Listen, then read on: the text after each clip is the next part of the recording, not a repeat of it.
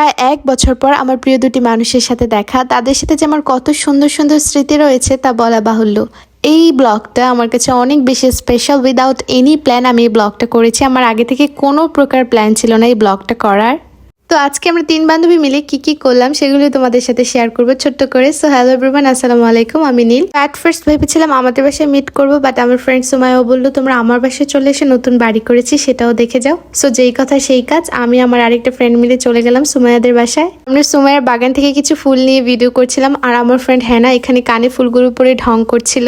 আমার ফ্রেন্ড সুমাইয়া নিজে হাতে আমাদের জন্য এই সিঙ্গারাগুলো বানিয়েছিল, খেতে অনেক মজা হয়েছিল। তুমি যদি ভিডিওটা দেখে থাকো, thank you so much for your sweet hospitality.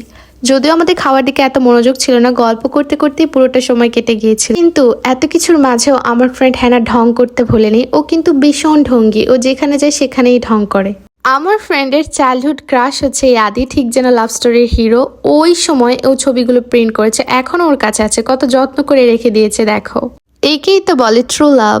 By the way, ও কিন্তু শুধু আদির ছবিগুলো যত্ন করে রাখেনি। স্কুলে যখন ওর বার্থডেতে আমরা ওকে বার্থডে কার্ড বানিয়ে দিতাম নিজে হাতে, সেই কার্ডগুলো এখন পর্যন্ত যত্ন করে রেখে দিয়েছে। And the funniest thing is, আমার ফ্রেন্ড হ্যানা ও বিয়ের কার্ড দিয়ে বার্থডে কার্ড বানিয়েছে। অ্যান্ড মজার ব্যাপার হলো আমিও কিন্তু বিয়ের কার্ড দিয়ে বার্থডে কার্ড বানাতাম তখন। হ্যাঁ, এই স্মৃতিগুলো দেখে স্কুলের সেই সুন্দর মুহূর্তগুলো মনে পড়ছিল। স্কুল লাইফের মতো এত নির্ভেজাল, সুন্দর, চিন্তামুক্ত সময় মনে হয় আমাদের জীবনে আর কখনোই আসে না। তোমাদের স্কুল লাইফ কেমন ছিল? তোমাদের স্কুল লাইফের ফ্রেন্ডগুলোর সাথে কি এখনো তোমাদের যোগাযোগ হয়? আমাকে কিন্তু কমেন্ট সেকশনে অবশ্যই জানাবে। তারপর সুমাইয়া তার ওয়ার্ড্রপ থেকে সুন্দর সুন্দর শাড়ি বের করে আমাদেরকে দেখাচ্ছিল, তার লেটেস্ট কালেকশন। এখন সে কি কি শাড়ি কালেক্ট করেছে, তার প্রত্যেকটা শাড়ি ভীষণ সুন্দর। আমার কাছে পার্সোনালি অনেক ভালো লেগেছে। তোমরাও কিন্তু কমেন্ট সেকশনে অবশ্যই জানাবে তোমাদের কাছে এই শাড়িগুলো কেমন লেগেছে। পার্সোনালি এই শাড়িটা আমার অনেক পছন্দ হয়েছে। এই শাড়িটা কিন্তু অনলাইনে বেশ ভাইরাল, হয়তো অনলাইনে কম বেশি অনেকেই এই শাড়িটা দেখেছো। আমার কাছে ওর প্রত্যেকটা শাড়ি ভালো লেগেছে, প্রত্যেকটার কালারে ভীষণ মিষ্টি। শাড়িগুলো পরলেও ওকে ভীষণ সুন্দর লাগে। যাই হোক, এই মিররটা ও সুন্দর করে নিজে হাতে পার্ল আর ঝিনুক দিয়ে ডেকোরেট করেছে।